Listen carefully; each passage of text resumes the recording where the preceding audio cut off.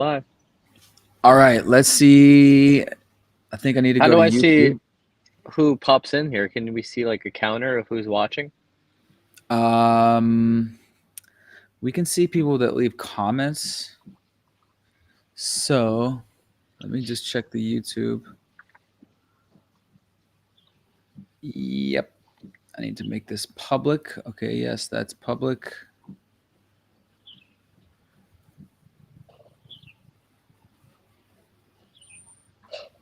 Live Q&A. Yes, that's public. Let me open the link.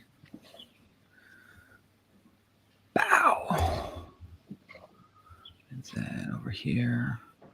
Oh, I see the message board here.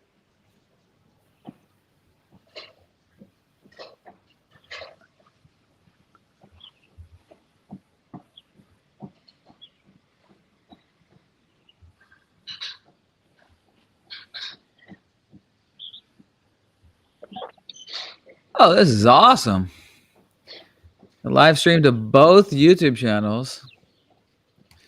All right, now Instagram. Go live. Oh, there we go. Oh, there we go. You just got to go over here and click go live. Check that out. Well,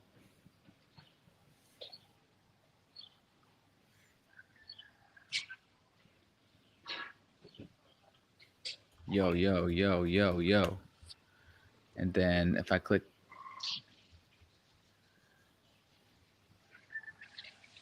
chat. Yo, what up, chat? Oh, I don't see the Instagram chat. Oh yeah, the comments coming right across the screen there.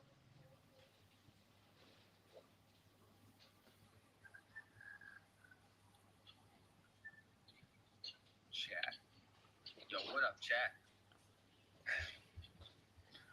So,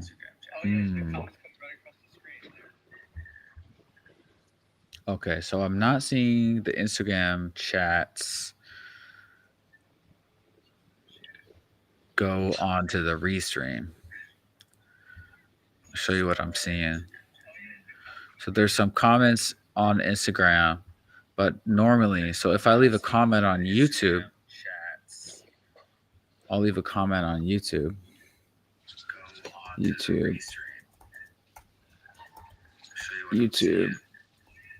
So there's some comments on Instagram, but Bring your volume down. It's echoing. Okay, I see. saw that. If the comments come in on YouTube, then we can pop them on the screen like that. But it looks like the Instagram can't do that. But that's why I got my phone right here. Yeah, just monitor live the video. Instagram. Share this live videos. Okay, cool. Cool.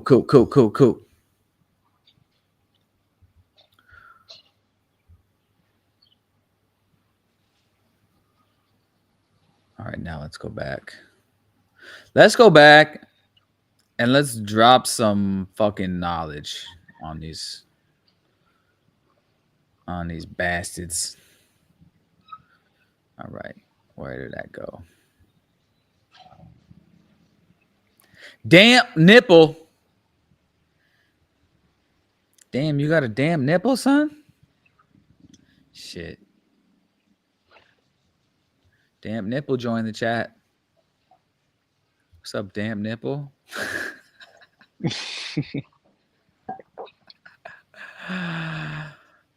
All right. I wrote this up recently and I wanted to get it out here because I have not done a video on this. Riley's 10 rules of closing.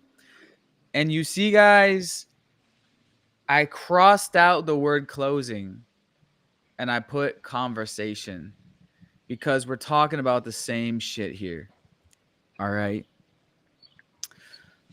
Rule number 1, just ask questions, bro. It's all about asking questions. The key to a good conversation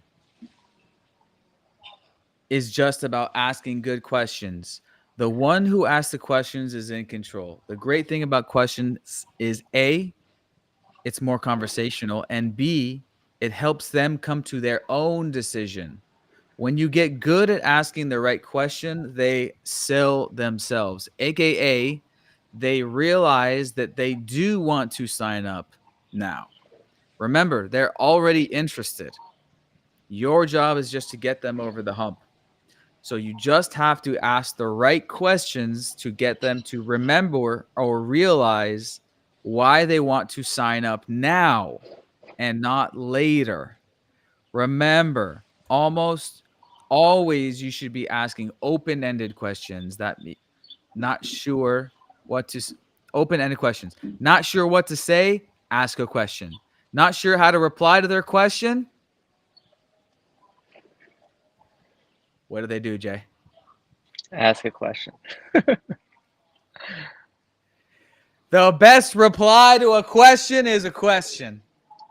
The best thing to say at any point is a question. That's why I call my framework the question-based framework. And you should be asking open-ended questions. Try to avoid yes or no questions. Avoid yes or no questions, and you'll realize that as you go, bros. Rule number 2, curious mindset. The key to a great conversation is being actually genuinely curious about the other person. When you are, guess what? Then you don't even have to think about what questions to ask. It just naturally comes. When you're talking to a friend or a relative that you are having a catch-up conversation with, are you thinking about what question to ask them next? No. It just comes out naturally based on what you're talking about. Yeah, So and that people can sense that too. You know, if you're being genuine, people can sense, you know, that you're sincere and that you actually care about them as a person and what they're doing, and that builds trust immediately. And then once you get down to business down the road in the conversation, then they're much more willing to listen to you than rather just one ear out the other. Yep. So it's just the art of the conversation. Rule number 3 goes hand in hand with number 2. Talk like you're talking to a friend. Would you say that to a friend? If not, then don't say it. Think conversation, bros, not sales call. You are a conversationalist, not a sales dude. You get paid to have conversations with potential customers and help them make their buying decision by having a genuine conversation, listening to their situation, their questions, their concerns, and asking them some questions back to help them come to their own conclusion. Can you clarify what you mean by that? Wait, what do you mean? Do you have any questions or concerns? So at this point, what would you say is your main concern? This is an example of like speak in normal language. Don't speak in like salesperson talk. Yeah, the best salespeople that I know you would never know they're a salesperson if you ask what they did, you know, like if you come off salesy, it's not gonna work. You're not it might work, but you're not gonna have great, you know, success in it. Yeah. Have you tried ayahuasca? We got a comment coming in from True Vision. Oh, nice. No, but I bet you have, and I bet you've had some True Vision. Maybe someday for sure. Definitely will someday. Don't sound like a sales rep. Goes hand in hand. All right. You guys get what we're putting down, right? Avoid saying things that a sales rep would say. Would a salesperson say that? Then don't say it. This includes corny ass, old ass sales rep lines and techniques that they teach in corporate sales. Stuff like, I understand your concern. Can you tell me a little bit more about that? Would you say that to a friend? Would you say that in a natural conversation on the street with someone? Then don't fucking say it. Number 5, open with chit chat. So this one is conversational, and it depends what type of offer you're on and the type of closing call you're on. Like if it's a 15-minute triage qualification call, maybe you don't have time for this. Some people like to just not be the friend at all and just like jump in and be like way more serious with it. So it depends on your style. Obviously, all of this. Me, I'm telling you how I do it. Normally, I open up with chit chat. People in sales call this rapport, but I hate that word because it's a corny ass sales word that has a sales connotation to it. Rapport? The fuck is that? Do you try to build rapport with girls at a party? No, it's called chit chat. It's called being yourself. I typically open the call like this. Hello, hello. Hello, can you see me and hear me, Jay? Can you see me and Yes, hear me? sir. All right, cool. Yo, Yeah, yo. nice. What's up, Jay? Nice to meet you. Where are you located currently? Chiang Mai, Thailand. Oh, nice. Fuck yeah. I live in Bangkok. That's fucking crazy. Holy shit. What the fuck? You live in Chiang Mai? How long have you been there?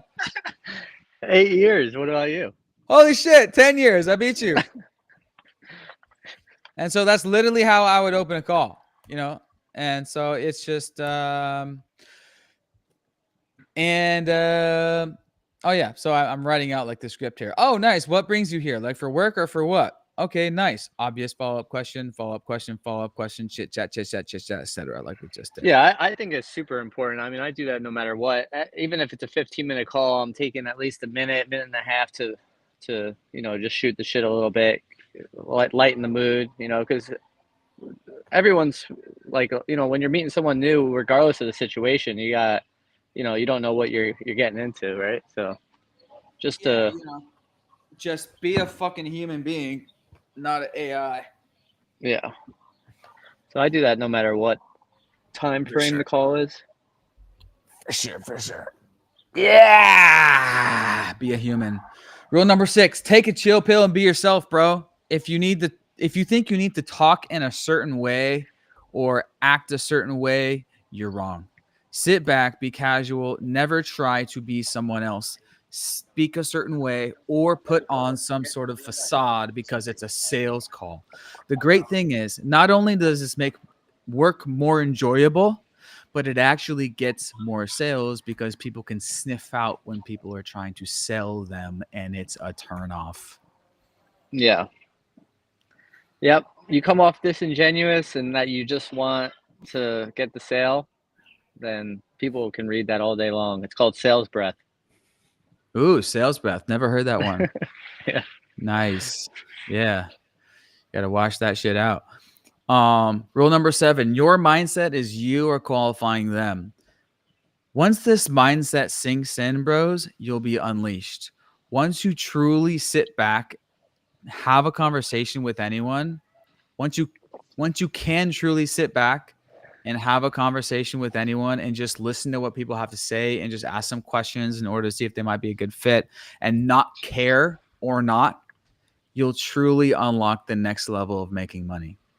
And the cool part is this, people can smell when you don't care, and it's a turn on for them. It makes them want to buy more. Does that sound familiar, bros? Yep. It's the same in dating. Chicks can sense when you're desperate equals turn off. But when they sense that you really don't care and you're good either way, turn on. So never sound needy. Act like you're good either way if they sign up or not. Because number 1, it's true. You're going to make your money regardless. And number 2, by giving off the vibe that you are qualifying them, this actually converts way better because it elevates your status and the status of the product/service. And number 3, it is your job to qualify them anyway. So you're only going to sign up qualified people anyway who actually want to sign up, as you should. So this mindset is a triple whammy. Justin says, any tips on detaching from outcome? Where did that come in? I didn't see that. It's on Instagram. And that's a good question. Any tips on it? I guess that's just a mindset thing. You know what I'm saying? That's like kind of asking any tips on confidence. You know what I'm saying? There's no magic thing I can tell you. Yeah. The only thing you is gotta let sink in. Yeah, it's only repetition. So it's different, right? If you're just starting out in sales, then obviously, you're going to be very focused on the outcome. But once you have a little bit of money in the bank and you're not relying on it to survive, you're not relying on the sale to survive, then you can really take the pressure off you and not care if you get the sale. Because if you're in sales for 6 months, then you know that regardless if you don't get that sale or not, there's going to be 10 more leads the next day, right? So it's an abundant mindset, and you only get that by repetition and getting in the calls and knowing that you have 10 leads, 20 leads, 30 leads the next day. So it's really a numbers game.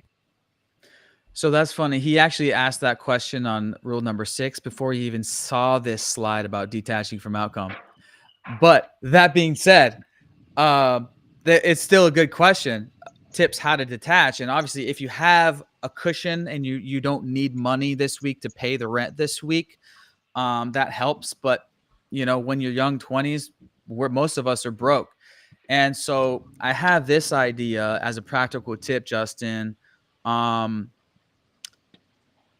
Ask ChatGPT, ask YouTube, and I bet there are some manifestation type videos where you just need to brainwash yourself into that mindset of detaching from like the desperate neediness of closing the sale or getting the girl. There's tons of stuff about this. Like Tony Robbins is like all about this. Like some of the all the big motivational whatever guys, they're all about this, like detaching from I need Yeah. detaching from the result, like your dream. Just be here in the now, be appreciative.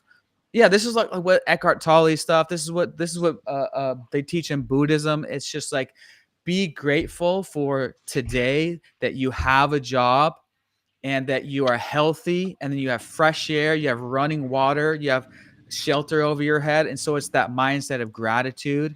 And so that's kind of what I was thinking. Go listen to some of those gratitude meditations. If you want a specific video by Eckhart Tolle, was on some podcast the other day. Ask me on Instagram and I'll send you the link. It's actually incredibly good. I was actually going to share it. Yeah, Moving on. When I first got into sales, I had about 5,000 in the bank. And what my trainers told me was just go out and make a friend, right? Don't care. Don't even think about making the sale. Just go out and make a friend. And so if you can go and have a genuine conversation with someone, and build a, quote unquote friendship, then that's ultimately going to spin off into a sale, right? So that's what they always said. When you first get into sales, just go out and make a friend. Your job today is not to make a sale. It's just to make a friend. Good point. On that note, I forgot at the beginning, for those who don't know Jay, give your brief background. So Jay, guys, Jay is a seasoned sales pro. So give your brief background introduction. Yeah, so I started in sales about 10 years ago. I got into door-to-door selling smart home security systems in America. And then I was a sales rep for about 3 years doing that. And then my brother and I broke off and started our own door-to-door teams in alarms, all across the US. And then we broke off into solar later on after that, still door-to-door. All my sales experience has been in the door-to-door space and building leaders, building teams. And then about 6 years ago, I washed my hands of it, moved to Thailand, and now I do remote sales. I'm a big into US equity markets.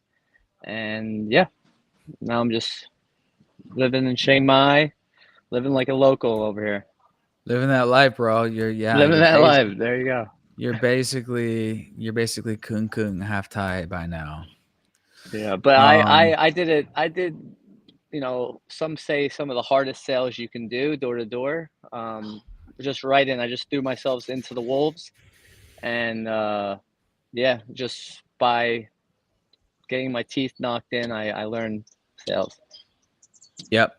And I still recommend door to door if anyone has the opportunity to get out there for a summer or two. I did door to door for 5 summers as well. So it's just the equivalent of cold calling, right? So it's just pick your poison. Do you want to be on the phone? Do you want to be in person? I had an inviting face, so I chose the doors. Yeah. If you're white and you have a then you definitely have an advantage of if you're, I don't know, but that's, I've never heard anyone say inviting face before, but there's definitely something to it. You No, need but it for sure. no, but do you know Or what not need it, but it's definitely a but do you know perk. why remote sales is I mean, do you know why door-to-door sales is twice as good as is at training you at communication skills? Because half of communication is nonverbal. Body language, yeah. And I say so in more your than half. facial expression. But that being said, remote sales still applies because we're on Zoom calls with Yeah. the facial expression and stuff. And so I noticed this. Tell you a story. I noticed like a year into doing door to door, like I was doing pretty good. I never sold anything before. I was typically shy, but I noticed, or someone told me, and I did this naturally. So when you knock the door and that right when they open the door, the first thing that they see is your face should be like this, smiling. Exactly. Oh, hey, Miss Johnson. Yeah, I exactly. eyebrows raised, and like you need That's to what be I kind of would like do, this. dude. You need to be like kind of like leaning on the porch, like looking around, and then you're like, "Oh, hi, Miss Johnson. Oh, this is the Johnson. Oh, so you must be Mary Johnson because you don't normally have a list of their names Yeah. because you have the is it Miss Johnson?" And then this is body language 101. If you smile on someone at someone, they'll smile back. Or not even if they don't smile back, they'll alleviate. Their shoulders will come Yeah, down and like they're not threatened, right? yeah, So yeah, yeah, I would always my thing would be like I always have my iPad, so I would always pretend like I'm doing something on my iPad, and then once they open the door, I would make it like they disturbs me, and I'd be like, hey, how's it going? Well, yeah. A just little go. pattern interrupt, like, oh shit, oh hey, uh, Jim. Yeah. It's like, yeah, for sure, for sure. But still, I still do it today. I mean, do it, and we're gonna talk about more about talking to chicks, but like just the eyebrows raised thing. I've told a bunch of guys this. Like, if I'm walking through the club or something, or an event or a pool party, like if you just make eye contact with a girl and you just raise your eyebrows and smile, if they give you like a same little smile back, that's an instant nonverbal communication. Maybe she's interested in chatting. If not, then it's just like, all right, then they're not interested in you. It's just like just the eyebrows No, raised. if she smiles back, that's like 98%. She'll have a conversation with you. Yeah. And it's just the eyebrows raised. And like when I'm walking around a social event, like some people, it's bad. Like I walk around with a slight smile on my face, just like, Yeah. and then you're ready to smile if you make eye contact. But if you walk around like,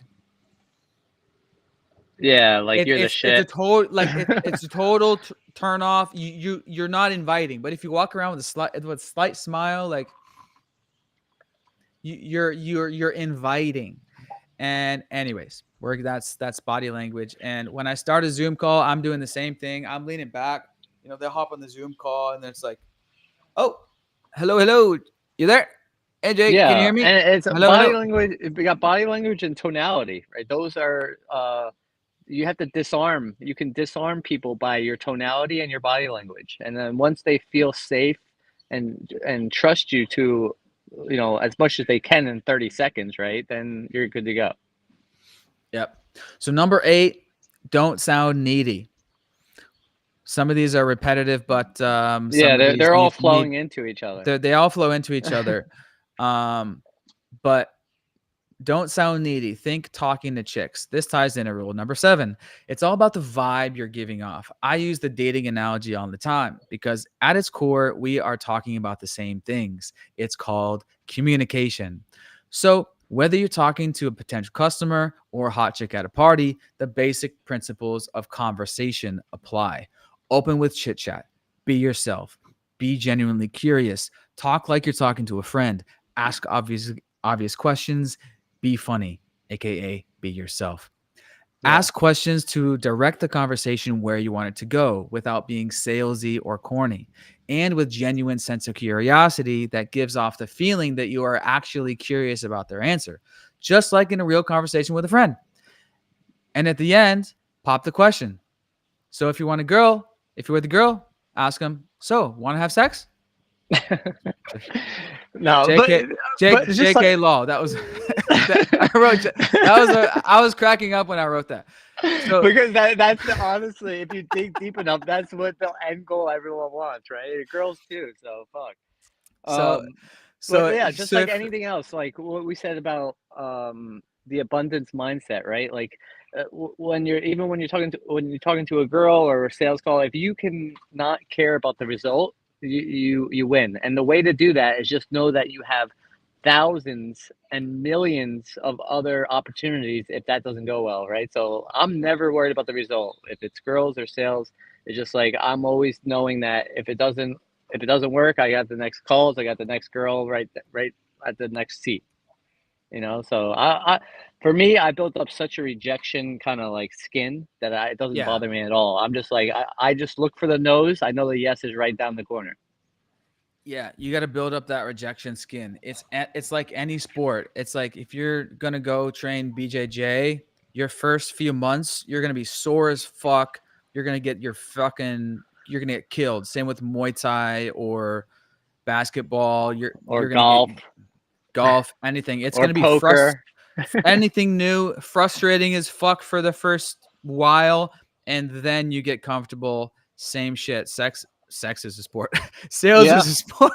First Yeah. time fucking is definitely you know, You don't know what you're doing. unless you've all right, let's not go there. Yeah. And so for But yeah, I example, mean, I remember when I first got into sales, I mean, those rejections, they stung, right? They hurt. But after, maybe I want to give like an honest answer here. Probably it took me about 2 months to like really not care at all and just let it roll off my back and just go to the next door or go to the next call or it didn't emotionally like upset me whatsoever after 2 or 3 months. And so because I just knew there's just so many leads. There's so many girls, so many leads. I don't care if a girl rejects me at all either. It's exactly the same thing. I can go yeah. through 20 girls and not care, and I know that the 21st will spin it off into something. Yeah. And that's a confidence bone that you build up. And then so just like in a real conversation, in a sales conversation and a girl conversation, you ask questions to direct it. And then if you want to just like fucking skip to the close, skip to the end, you can just ask the girl, hey, would you like to have sex now via PayPal or credit card? No, just kidding. Like, hey, can I give you my IG? Can this whatever you want to do at the closing girl example of closing with the girls, get their number or whatever. And sales. So, at this point, so like how you feeling at this point? Pretty much ready to rock and roll, or any other questions, concerns on your end, or kind of how you feeling? True Vision That's my says, "Where closing do line. I buy?" Where do I buy what? Nikes. What are you looking to buy? We got things to Google sell. If you want to storage. buy. You buying, we selling. Yeah. I mean, there is no script. Rule number 9, there is no script. Every we don't have a other script right offer is different and every position is different. You should definitely not be reading from a script. So use frameworks, not scripts. You can have a list of potential main questions to ask, but when people get a sense that you're reading from a script or being robotic, it's a turnoff. Rule number 10, every offer is different. B2C is different from B2B. This means that you can't use every sales/closing tactic for every offer. It's case by case. So take every sales lesson with a grain of salt. Each offer requires different framework. For example, B2B situation is often a 2-call close, and with B2B, it can be more of a hard sell close and a 1-call close. Rule number 11, ask other reps what's working. No need to guess. Ties into the last rule. So make sure you're getting all the information possible from other reps that's already working. Yeah. What are the top questions to ask? What are the best closing lines that are working? No need to shoot in the dark. Just follow what's already working for that specific offer. Huge point. And So know sorry, go ahead. know the top questions and concerns and roadblocks. Know the top 10 questions to ask, and know the top 10 closing lines that are working already for that job. Yeah, and objections are going to be your main bottleneck in sales, right? And there's only a handful of them that really come up. So what I used to do is I used to go to all the reps that were succeeding at a level that I wanted to and see how they would handle that specific objection. And then if you ask enough people, you get a lot of different answers, and then you can kind of take those and build your own rebuttal on that objection. And so that's what I did. And then I found something that I was comfortable with. But yeah, it's all objection handling. You know when it's going to come up, and you already have what you're going to say to that objection when it comes up. Like I said, there's only 6 main ones. Yeah. Exactly. And that's, You over time you'll get to know the most common things. Rule number 12 goes with it. Know the offer. So, but this is a little bit different. You need to know the product / service. So this goes without saying, but you need to know the offer / product / service in and out, including the case studies and all the details of how the program, product, service works. This shouldn't take long though. You should be able to get up to speed in just a few days. If there's no formal product training provided, that's not an excuse. In short, make it happen. Ask your manager, do research, get up to speed on your own, no excuses. In summary, know the offer details, know the case studies, know everything about the product and service. So when they ask you a question about the product service, you're not like, let me get, yeah, every time you don't have an answer within a second or two, you're building distrust. It's pretty brutal, but that's when you're meeting someone for the first time and you don't have your shit together. It's just it screams incompetency. But here's a way to get around that. Let's say you don't know the answer to the question. What did we say earlier when you're not sure how to reply to Ask a a question. Yeah, exactly. You ask a question. Oh, so let's say they're asking like, so like what happens like after 90 days, after the 90-day program, like what happens after that? You'd be like, curious. Anything I would be like, anything like anything specific that you're wondering? Like anything specific that you're curious about regarding the length of the program, or just curious why you asked that? Yeah, and sometimes the questions just buy you more time to come up with a good answer, right? And you don't even need an answer. Like the people are asking questions. I mean, unless it's like a specific fucking thing, like how many calls are there per week in the program, or it depends. Anyways, rule number 13: let them talk and shut the fuck up. People need to dump. Let people talk. If they're dumping, let them keep dumping. Never interrupt. When they're done talking, shut the fuck up. Don't immediately fill the silence. Big conversation mistake. Take a deep breath, process what they said, think, then say something. Probably a question, as always. And also, I like this one. Don't say, okay, gotcha, after every sentence they say. Don't be that guy. Not only is it annoying, but it's just totally unnecessary. Being quiet is better. Sit back, take a sip of your drink, and let them rant. You don't need to continually be saying like, oh, okay, sure, gotcha. Oh, okay. To make them feel like they're being heard. Yeah, 100%. Some people overdo that shit a lot too. I mean, I do it here and there, but yeah, if they do it the whole conversation. You know what I've noticed? I've noticed recently, maybe this year, I've been getting even better than that. Talking to anyone, could be someone on my team, just a regular casual call, could be a client. Like after they're done saying what they've said, normally in a conversation, it's like, now it's the other person's turn. But instead of talking, and let's say this is a client call, like, and we're talking about either potentially signing up or they're thinking about extending or not, I'll just be like, they're done talking, and I'll just be like,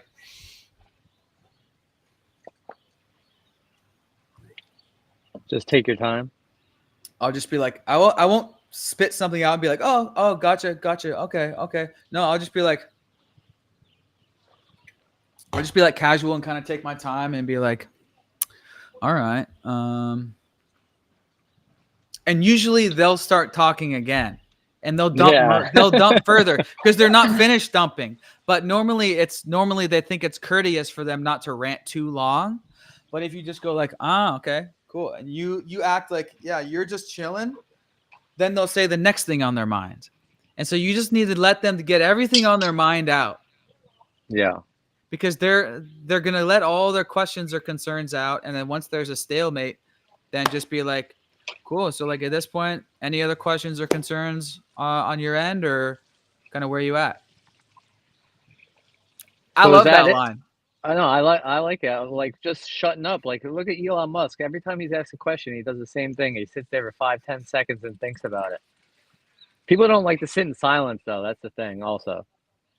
Exactly. But the Elon Musk thing is a little bit different. He thinks before he's replies to a question. That's important too, though. I'm talking about when someone is done talking and they're clearly like finished with whatever they're saying, and it's like Yeah. clearly your turn. Just don't take your turn. Just be like, That's funny. I mean, this And is then not a they'll- rule. This is not Yeah. a rule, but like, just be like, sometimes I'll just be like, and I take notes in Notion for every call. I have a huge Notion note for every call I take. If you're a manager, Yeah. and that actually helps me. Some people say handwritten notes. Some sales guys are really big about that. It elevates your status. The thing that Jesse shared the other day, handwritten notes elevates your status. Okay, whatever. How'd you just But get confetti all over you? because I'm a fucking beast, bro. Did you see that? Yeah. Did we get any? Yeah, Is that it? Is that 13 rules? Is that? We got more. So yeah, the document's called 10 Rules, but I actually wrote more. There's 17 so far. But anyways, we got some more. Do you want to finish them? Yeah, go ahead. I want to keep these like kind of under 45 minutes, an hour, just because people's attention span doesn't go much further than that. Yeah, you motherfucking Gen Z TikTok scrolling motherfuckers. You need to get off that shit, and you need to be talking to people every day until you have $5,000 in your bank account. Don't even fucking say the word crypto or drop shipping to me. Yeah, or anything in the market. Oh, I just like to say that. I'm gonna be that guy. I think. But yeah, I think we should do 30 minutes of high value stuff, and then just do Q&A after, and just keep them short and sweet. Love it. We're almost done. I think that will get the most engagement. So rule number 14 is ask qualifying questions. This can kind of be like you are interviewing them for a job. You are going through a list of questions to see if they're qualified. This flips the script and elevates the status of the program. Such as, for example, you'll say something like, cool, we got some standard questions, just to make sure it's a good fit, because, we're not able to take on anyone. So like, first, like currently with your current situation, like how much time per week do you think you have available to dedicate to the program? Boom, shut up. And then, cool. All right. And have you tried like similar high ticket closing programs before?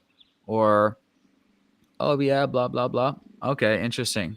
So just curious, like what was the deal? Like why don't you think, or like why did that not work? Blah, blah, blah, blah, blah, blah, blah. Let him dump. Okay, cool. And the next question.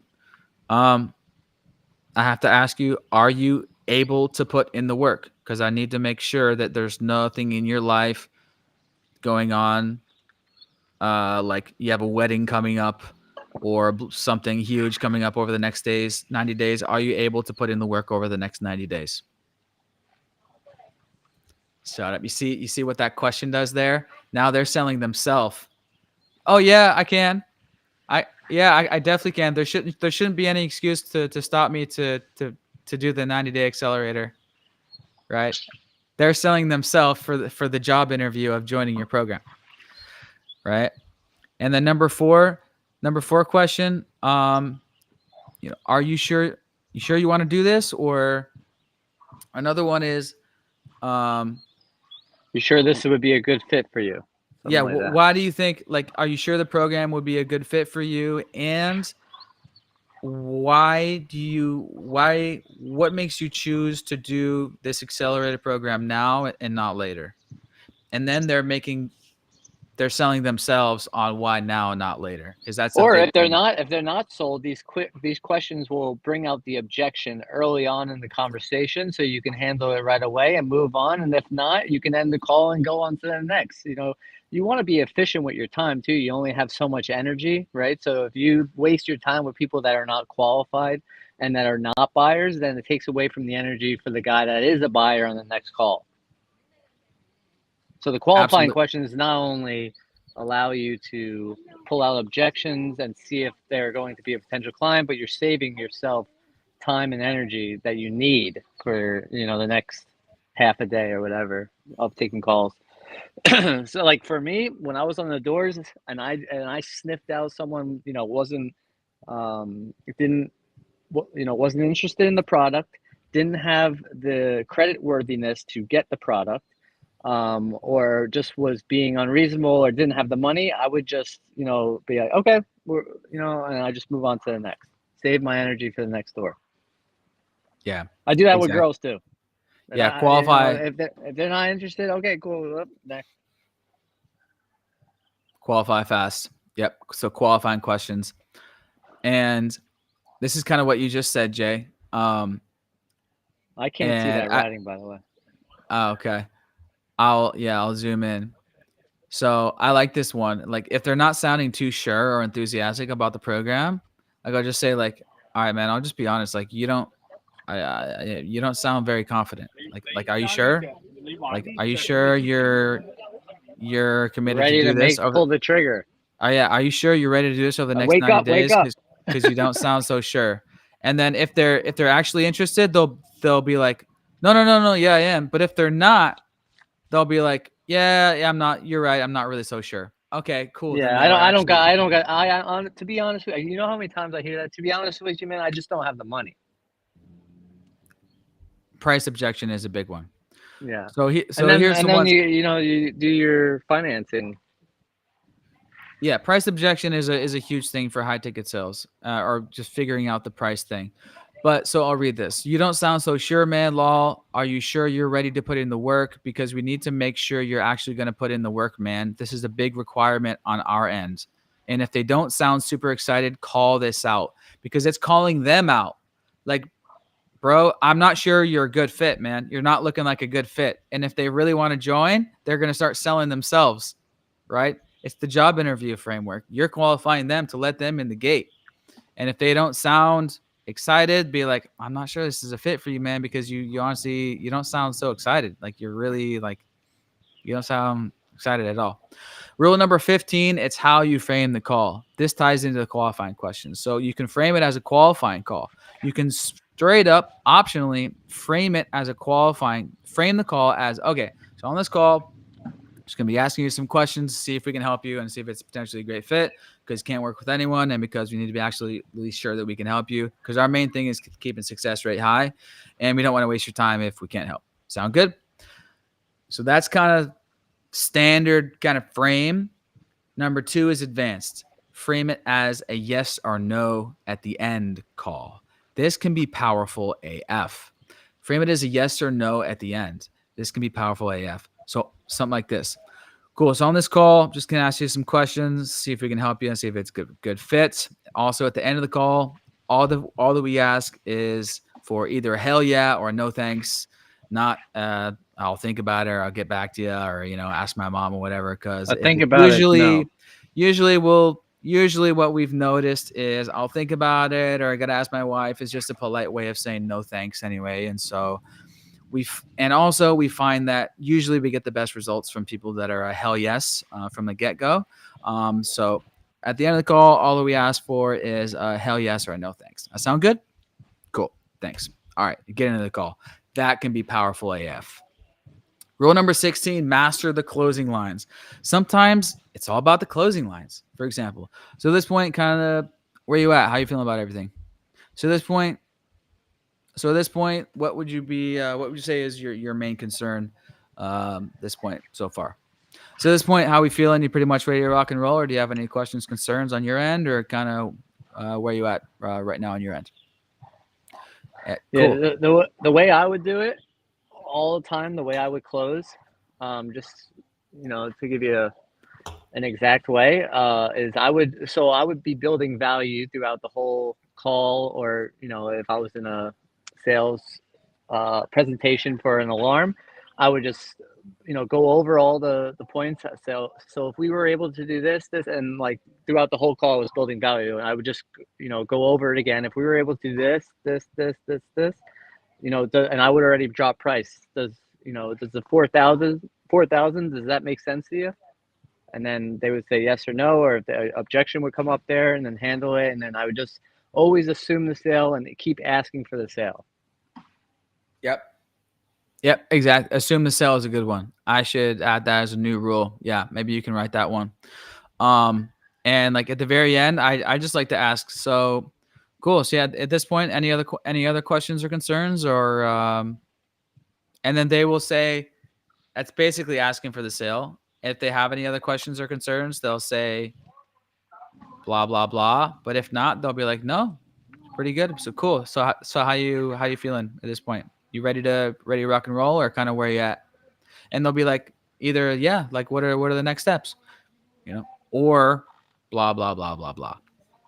And then, or you can just be like, cool. So the first step is just roll into the onboarding process. Cool. So the first step is adding to Seller Central. Are you familiar with how to do that? And they'll be like, no, I've never done it. Okay, are you at your computer right now? Okay, cool. So go ahead and just go into your Seller Central. And then while that's loading, are you familiar with Slack? Yeah, cool. So yeah, so we'll add you to Slack. Which email address shall I add to a Slack channel? Okay, Yeah. I always hit the one on the calendar. And then you're already just getting them into the program. You're already Yeah. onboarding them without even them saying like, yeah, let's buy. You're just like, okay, so the first step is this, and then this. You're just kind of flowing into Just holding their hand through the process. Yeah. If they don't have any questions or concerns, then just, okay, cool. The first step is getting you into Slack. What's your email address? and you go forward. Yeah. So just so we're on the same page, kind of where you're at with everything at this point. And then there's option closes. So cool. So out of the two package options, kind of which one are you thinking would be best for you? And then in terms of getting started, let's see, we have tomorrow, same time available, or we have Monday. Which one would you be thinking? And then kind of pause. And then in terms of the payment plans, kind of which one would you be thinking? The paid in full or the 3 payments? And then just shut up. Boom. Master the closing lines. Number 17, pre-call matters. What people have seen about the offer before the call matters a lot.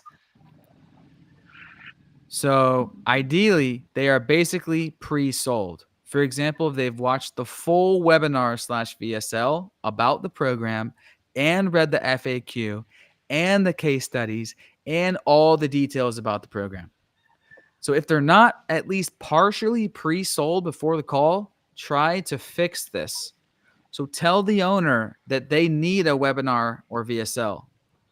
And you should offer advice to them and tell them what they should do if they're dumb and their marketing funnel sucks. If it comes down to it, write a VSL for them, either for free or get paid for it. Depends on your status. Your closing rate for people that are pre-sold versus cold is night and day. So to this point, it's not only your skill that will make you the most money, it's being on the right offer and how hot those leads that you're talking to are. Yeah. Which goes into the next point, rule number 18, and this is the last one. Being on the right offer matters. Making the most money in sales is a combination of your skill and the offer you're on. I'd say 50-50 equally important. Yeah. That's why I teach client stacking and always being actively searching for jobs and applying for better, high-paying jobs. Same jobs. Some jobs have higher commissions. Some jobs have leads that are pre-sold, and others have more cold or lukewarm leads. So ideally, you're on an offer where leads are pre-sold, hot, and the offer sells itself, and the commissions are high. That being said, don't expect to land a dream offer right away. As in any career, you start at the bottom if you're an entry-level person, and you work your way up. And that's why we teach client stacking at HTCU, which is our coaching program / remote closing 90-day accelerator. If I could pull up the goddamn website. HGCU is me, Jay, and Jesse's group coaching program where we basically teach you sales, get you one call close certified, and hold your hand to land high-paying remote sales job in 90 days or less. Multiple students have gotten hired within 7 days. See case studies below. So if you guys want to see this program doc, feel free to Instagram DM me. But this call You is want to just drop the about, link in YouTube? just DM me on Instagram at Living That Life of Riley if you guys want to learn more about HGCU 90-Day Accelerator. And yeah, we are here to help to be your sales senseis and help you make your first $5,000. Oh yeah, we're doing first $5,000 in commissions in 90 days guaranteed. If you want to learn more about that, DM on Instagram. Sounds good. Boom! We got any questions coming in or what? First live stream test. I don't see any questions. Where do I buy?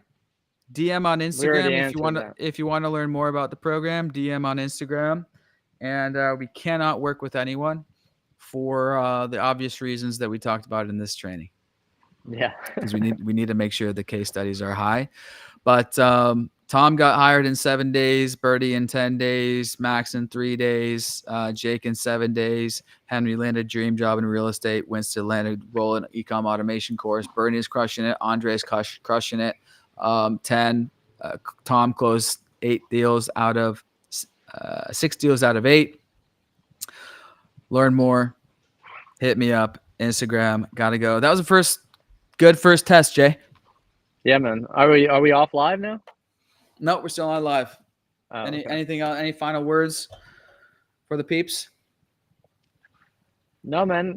So we're gonna try to do this every week at 10 a.m. our time or 10 p.m. Eastern. Yeah, we're gonna stick to that every week, or we're gonna do it bi-weekly so we can kind of. Let's do it every week, but let's switch it up. You know, we're going to be in testing phase as any new business or any new venture. It's test, keep what's best.